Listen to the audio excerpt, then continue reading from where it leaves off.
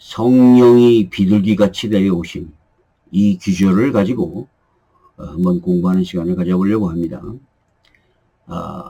제가 왜 이 이야기를 하려고 하면 예수님이 세례를 받으실 때 성령이 비둘기같이 머리 위에서 내려오셨고, 그 다음에 하늘에서는 이는 내 사랑하는 아들이여 기뻐하는 자라 라는 소리가 들렸다는 것에 대해서, 자, 이것은 우리가 삼위일체의 구별된 인격, 이것을 설명하는 대표적인 성경 규절이기도 합니다. 그런데 자, 이 성경 규절을 보면은요, 많은 이단들이 이거를 가지고 사람이신 예수님이 성령을 받고 비로소 그리스도, 비로소 메시아가 되었다라고 하고 주장하는 사람들이 있습니다.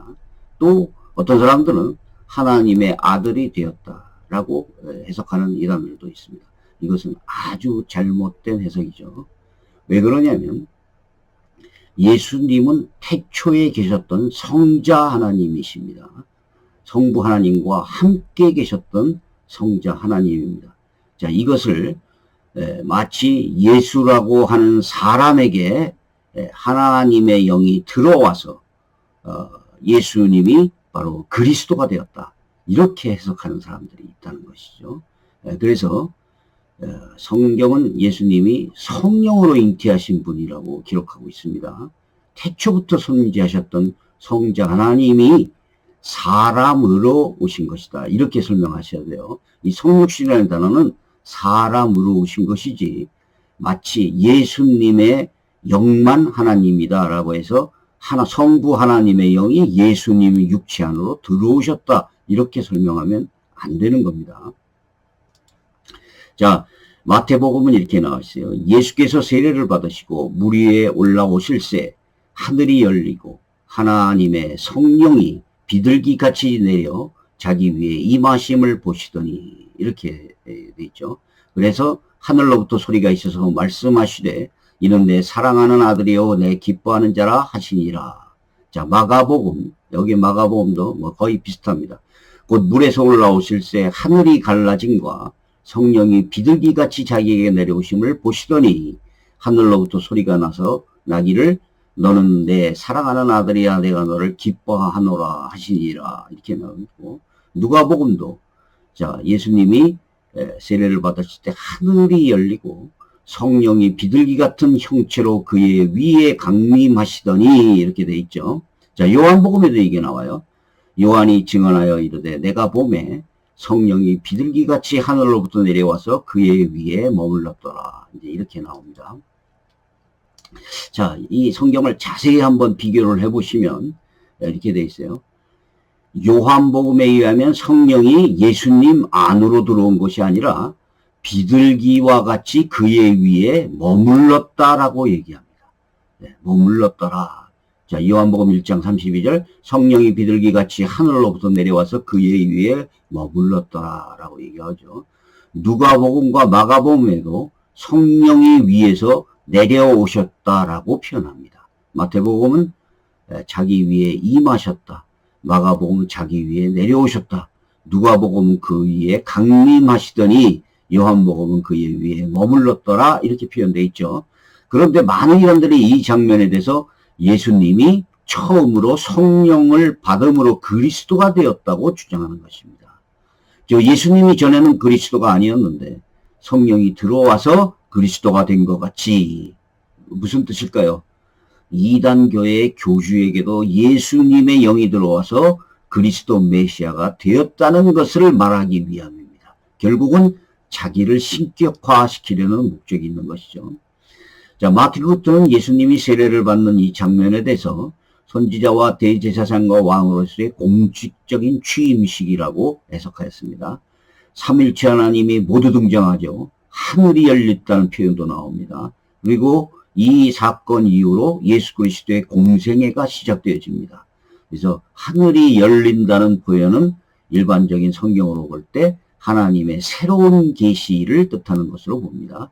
요한복음 1장 51절에 보니까 또 이르시되 진실로 진실로 너에게 이르노니 하늘이 열리고 하나님의 사자들이 인자 위에 오르락내리락 하는 것을 보리라.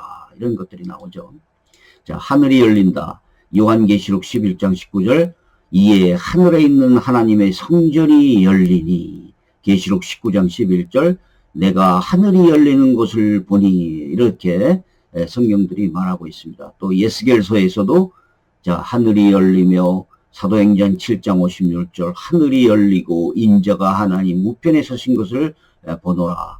요한계시록 4장 11절 이 일 후에 내가 보니 하늘에 열린 문이 있는데 이런 식으로 성경은 표현하고 있는 겁니다. 자, 옥스퍼드 원어 대전을 보니까 이 사건을 선택된 메시아에 대한 영광스러운 선포다 이렇게 설명을 합니다. 그래서 본문의 말씀은 하나님이 예수를 세례를 받으신 이후에야 비로소 예수를 아들로 인정하셨다는 의미가 아니다. 예수는 이미 하나님의 아들이셨으나 공생애가 시작되는 비로소 이 사실이 공적으로 사람들에게 선포된 것이다 라는 거예요. 그래서 하나님이 이는데 기뻐하는 자라라고 원문의 표현에도 잘 나와 있다는 것이죠. 1장 31절에 그 성령이 그의 위에 머물렀더라. 이것도 한 장소에 머무르다, 남아있다 이런 뜻입니다. 물론 거주하다는 의미로도 사용하기도 합니다.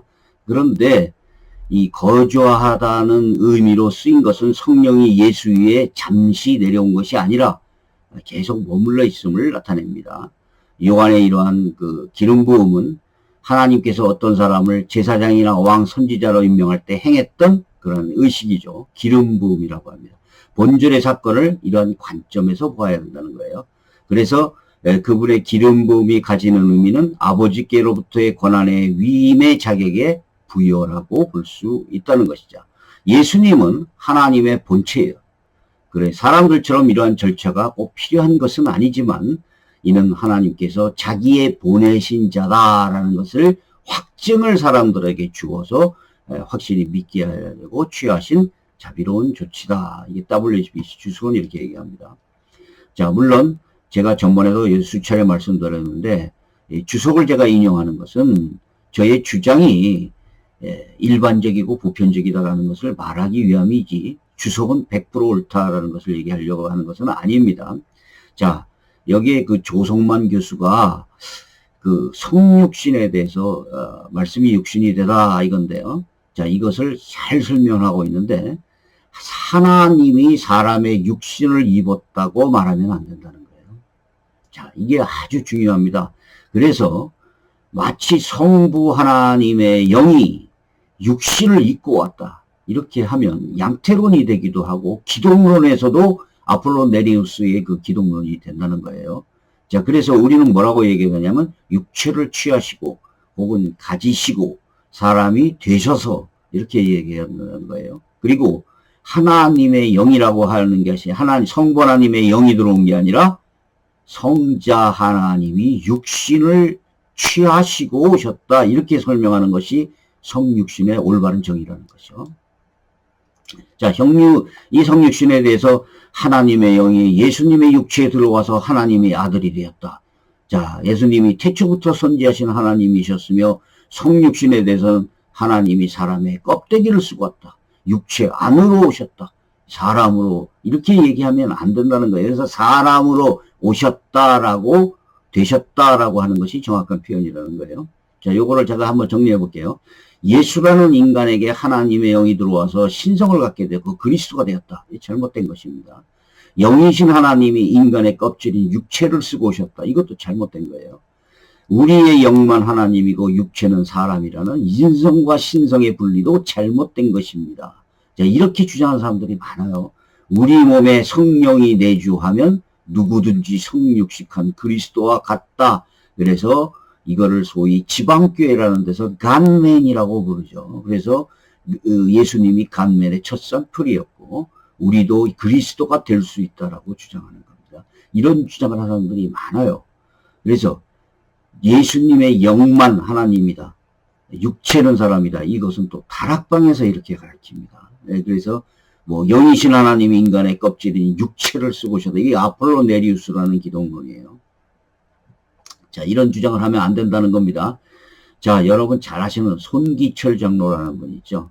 이분이 뭐라고 했냐면 책에 보니까 예수님은 세례 요한에게서 세례를 받아로부터 공생애를 시작했으며, 자, 이거는 괜찮습니다. 우리는 그때부터 그분을 예수 그리스도라고 부릅니다. 깜짝 놀랐어요, 제가. 왜냐하면 세례 요한에게서 세례를 받을 때 단지 물 세례를 받은 것이 아니라 물 위로 올라오실 때 성령 세례를 받았고 그 결과로 기름 부음을 받았기 때문입니다. 자, 이거 완전히 이단적인 기독론이에요. 자, 예수님이 성령을 받으면서 그때 이후로 예수 그리스도라고 불렸다. 예수님이 성령 세례를 받았다. 이렇게 얘기하면 안 돼요. 이것을 그 기름 부음이라고 하면 안 됩니다. 자, 그래서 이 권능으로 기사와 표적을 일으킨 게 바로 기름 부음이 임했기 때문에 예수님은 하나님이십니다. 그래서 기적과 표적을 일으킬 수 있었던 것이지 성령을 받아가지고 그리스도가 되면서 이렇게 됐다는 것이 아니에요. 자, 그래서 이것도 실수라고 할 수도 있어요. 근데 다른 책을 보니까 예수님은 기름 부음을 받으신 후 그리스도라고 불렸습니다. 이렇게 얘기를 하고 있어요. 그리고 그리스도는 메시아 기름 부음을 받은 자를 뜻합니다. 예수님이 기름 부으심을 받으라면 우리는 당연히 기름 부으심을 받은 자에게 속해야 합니다. 우리에게도 동일한 기름 부음이 있어야 합니다. 예수님이 그리스도가 되었을 때 비로소 공생의 사역을 한 것처럼 우리에게 기름 부음이 임할 때쯤 비로소 우리가 하나님의 아름다운 속을 선전할 수 있게 됩니다. 자, 이거는요 완전한 이단이에요. 이게 손기철 이 장로가 아마 모르고 이런 주장을 했을 것이라고 보는데 이거는 공식 사과를 해야 되고 이거는 이런 주장을 취소하셔야 돼요. 자, 유광수 목사 여기를 들어볼게요. 다락방의 유광수 목사가 영이신 하나님이 인간을 구원하시려고 사람의 몸을 입고 이 땅에 오셨습니다. 이렇게 이제 책에 썼어요. 그래서 이거는 실수를 할 수도 있잖아요. 그래서 이제 그런가 보다라고 생각했습니다. 그분은 죄가 없고 그 영은 하나님이십니다. 이렇게 했어요. 그래서 이것도 뭐 그런가 보다 그랬는데 네 번째에 가서 영은 하나님이시고 몸만 사람의 입을 먹고 계신 분이 예수님입니다. 이렇게 얘기해요. 똑같은 그 아폴로네리우스의 기독론입니다. 영만 하나님이라는 거예요. 몸은 예수님이래요. 하나님이래요. 인간이 되는 겁니다. 이렇게 얘기하면 안 돼요. 자, 그런데 다른 책을 보니까 또 똑같은 것이 반복됩니다. 하나님이 우리 속에 들어오기 위해서 사람의 몸을 입고 오신 이름이 예수님이다. 이렇게 돼 있어요. 그러니까 양태론도 될 수 있고 아폴로네리우스의 기독론도 될 수 있습니다. 자, 그리고 여기 또 나옵니다. 예수님은 그 영이 하나님이시다. 예수님의 그 육이 사람이시다. 이렇게 인성과 신성을 분리시키면 안 돼요. 영만 하나님이고 육은 사람이다. 이렇게 분리시키면 안 되는 겁니다. 자, 여기에서 다락방의 그 영접의 12가지 의미라는 것을 보니까 여 중간에 제가 빨간 글씨로 표시했는데 성령의 내주를 설명합니다. 그렇지요. 이 말을 이해하면 성령이 우리 속에 오셨다는 것을 알 수 있습니다. 하나님이 우리 속에 오셨다. 말씀이 육신을 입어 오셨습니다. 이것을 보고 뭐라고 말하느냐? 성령의 내주. 다시 말해서 우리 안에 성령이 들어온다는 것을 성육신으로 묘시한 거예요. 하나님이 우리 속에 들어왔다. 여기 성령의 내주라고 계속 앞에 표현하고 있죠. 하나님이 우리 속에 들어왔었다. 자, 성령 하나님이 우리 속에 들어온 거예요. 이거는 문제가 없습니다. 그런데 이거를 말씀이 육신을 입고 오셨다. 이것이 바로 성령의 내주다. 자, 이거는 바로 지방교회의 간맨이라고 하는 그러한 주장이 되는 거예요. 그래서 다락방이 자꾸 2000년 만의 비밀, 2000년 만의 비밀 뭐 이렇게 얘기했던 것이 그 이유가 뭐냐? 바로 신화 사상을 가리켰던 거예요. 자, 몰몬교의 기독론도 볼게요. 몰몬교는 뭐라고 되어 있냐면 교리와 성약에 보면 처음에는 그가 충만함을 받지 아니하셨으나 은혜를 더하여 가시더니 마침내 충만함을 받으셨더라. 자, 그는 처음에 충만함을 받지 아니하셨으므로 그 이와 같이 하여 하나님의 아들이라고 부르심을 받으셨느니라. 그래서 제가 몰몬교 옛날에 이 교인을 아는 사람이 있습니다. 그래서 이 문장에 대해서 질문을 한번 해봤습니다. 이게 어느 때냐? 그랬더니 예수님이 세례를 받을 때다라고 얘기를 하더라고요. 그래서 충만함을 받지 않았는데 그때 성령의 충만함을 받고 하나님의 아들이 됐다라고 가르치는 거예요. 그래서 몰몬교에서는 뭐라고 가르치냐면 누구든지 하나님이 될 수 있다고 가르치는 그 성화사상을, 신화사상을 가르칩니다. 자, 2세기 때 그노시스파라는 사람이 있었어요. 그 영지주의죠. 루이스 볼컵의 책에서 나옵니다. 그리스도의 참된 인간성을 주장하였습니다. 어떤 사람은 그리스도를 단순히 수화한 육체, 천적인 육체로 보고 어떤 사람은 임시적인 예수와 신적인 그리스도를 구별을 합니다. 그래서 신적인 그리스도가 인간 예수와 결합하였다라고 보는 거예요. 이게 바로 이 아폴로네리우스와 사벨리우스 양태론이 병합된 상태입니다. 그래서 그리스도는 단순히 하나님께서 자신을 나타내신 한 형태라고 생각했던 것입니다. 신복음교수의 기독론에도 나와요. 그 아폴로네우스는 사람이 신혼영, 그러니까 여기서 신은 육체입니다. 육체, 영혼의 3부로 구성되어 있다는 헬라 철학의 3분설 개념을 가지고 로고스가 죄의 장소인 영의 자리를 취하셨다고 주장한다. 그리스도는 그가 육체와 혼만 가진 사람이 됐어요. 그러면 영은 뭐예요? 하나님의 영이 들어왔다는 거죠. 그러니까 그리스도에는 영이 없는 인간이 돼요. 예수님은 영이 혼과 육만 가진 인간이었는데 하나님의 영이 들어왔다. 이렇게 가르치는 거죠. 이 아폴로메리우스의 이 기독론입니다. 자, 그래서 하나님의 영이 예수님의 육체에 들어와서 그리스도가 되었다. 혹은 하나님의 아들이 되었다. 이러한 잘못된 기독론을 가진 이단들이 많습니다. 정통 교단에서도 이런 주장을 하는 사람들이 있어요. 그들은 이 시점을 예수님이 세례를 받을 때 하나님의 영이 들어온 것이라고 해석합니다. 이런 주장은 결국 우리도 하나님의 영이 성령이 들어오면 그리스도가 될 수 있다는 신화사상을 가르치게 되는 거예요. 자, 이런 주장을 가르치는 것이 상당히 많습니다. 지방교회, 구원파, 다락방, 신천지, 통일교, 정명석 집단, 몰몬교, 또 정통교단에 적지 않은 사람들도 이런 주장을 하게 된다는 거예요. 어떤 사람들은 노골적인 신화사상이 아닐지라도 이런 사상을 가르치게 되면 결국 신화사상이 돼요. 자, 그래서 예수님이 공생애를 시작할 때 성령을 받은 것이 아닙니다. 예수님은 성령으로 잉태하신 분이에요. 예수 그리스도의 나심은 이러하니라. 그의 어머니 마리아가 요셉과 약혼하고 동거하기 전에 성령으로 잉태된 것이 나타났더니 이게 예수님의 태어나심이에요. 자, 이 일을 생각할 때 주의 사자가 현몽하여 가로되 다윗의 자손 요셉아 내 아내 마리아 데려오기를 무서워 말라. 저에게 잉태된 자는 성령으로 된 것이니라. 자, 이렇게 얘기를 하죠. 그래서 세례받을 때 성령이 들어온 것은 아닙니다. 자, 이런 주장들에게는 어떤 이 신학적인 개념이 있냐면요.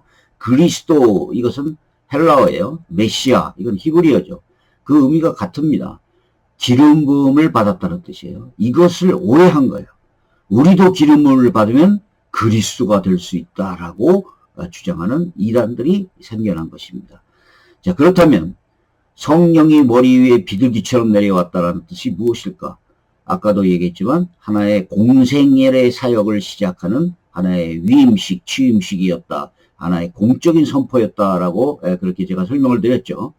예수님의 성육신은 태초부터 계셨던 성자 하나님이 사람으로 오신 것이고요. 육신으로 오셨다거나 육신 안으로 성부 하나님이 왔다는 것이 아니에요. 위에서 설명한 바와 같이 삼일체 하나님께서 공적으로 사역을 시작함과 동시에 메시아임을 선포하는 그러한 장면입니다. 근데 요한복음의 1장에 보니까 아주 흥미있는 그 구절이 나와요. 이게 뭐냐면, 자, 예수님이 예수님이 세례 요한에 가서 세례를 받는데 이 세례 요한이 이것을 알아봅니다. 예수님을요. 그러면서 보라 이 세상 죄를 지고 가는 하나님의 어린 양이로다. 이렇게 얘기를 해요. 그러더니 뭐라냐면 내가 전에 말하기를 내 뒤에 오는 사람이 있는데 나보다 앞선 것은 그가 나보다 먼저 계심이라 한 것이 이 사람을 가리킴이라. 나도 그를 알지 못하였으나 내가 와서 물로 세례를 베푸는 것은 그를 이스라엘에 나타내려 함이라 하니라. 이렇게 얘기를 합니다.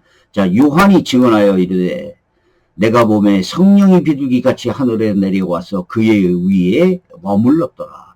나도 그를 알지 못하였으나 나를 보내어 물로 세례를 베풀라 하신 그이가 하나님이죠. 성부 하나님입니다. 세례 요한에게 가서 세례를 베풀어라 라고 말씀 그 하나님이 나에게 말씀하시되 성령이 내려서 누구 위에든지 머무는 것을 보거든 그가 곧 성령으로 세례를 베푸는 이인 줄 알라.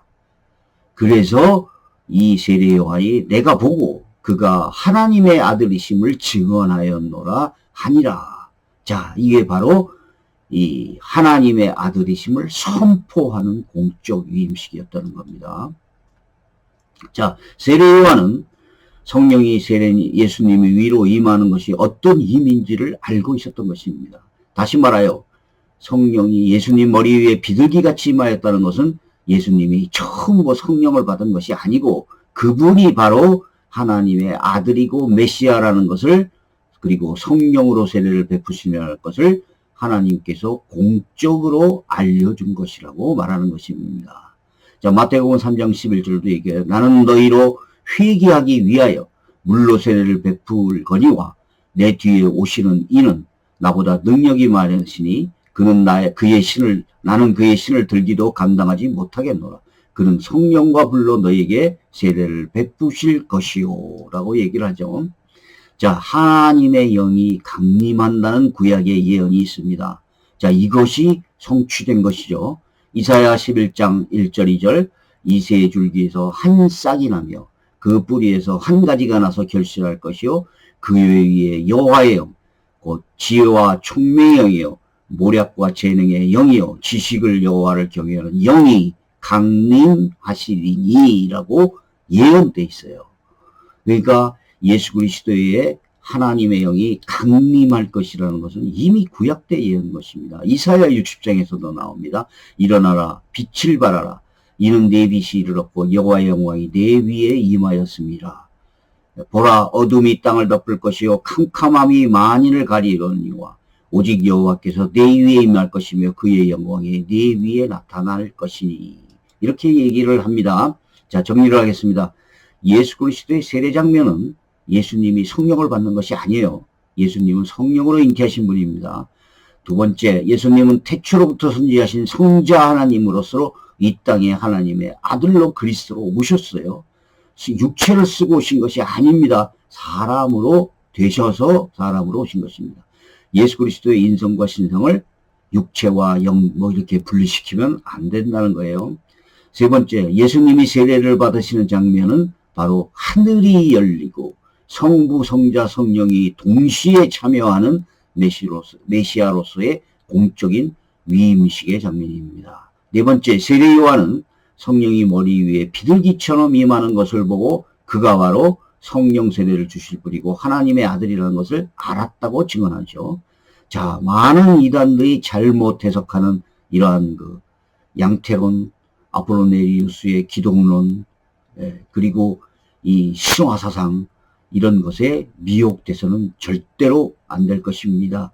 성경은 이렇게 말하고 있습니다. 그리스도가 여기 있다 저기 있다고 해도 믿지 말라. 또 성경에서는 거짓 그리스도가 있다는 것도 말하고 있습니다. 자, 성경에서는 유일한 더 크리스트, 구약에서 예했던 그분, 유일한 한 분 그리스도라는 것을 말하고 있습니다. 여기까지 하겠습니다. 감사합니다.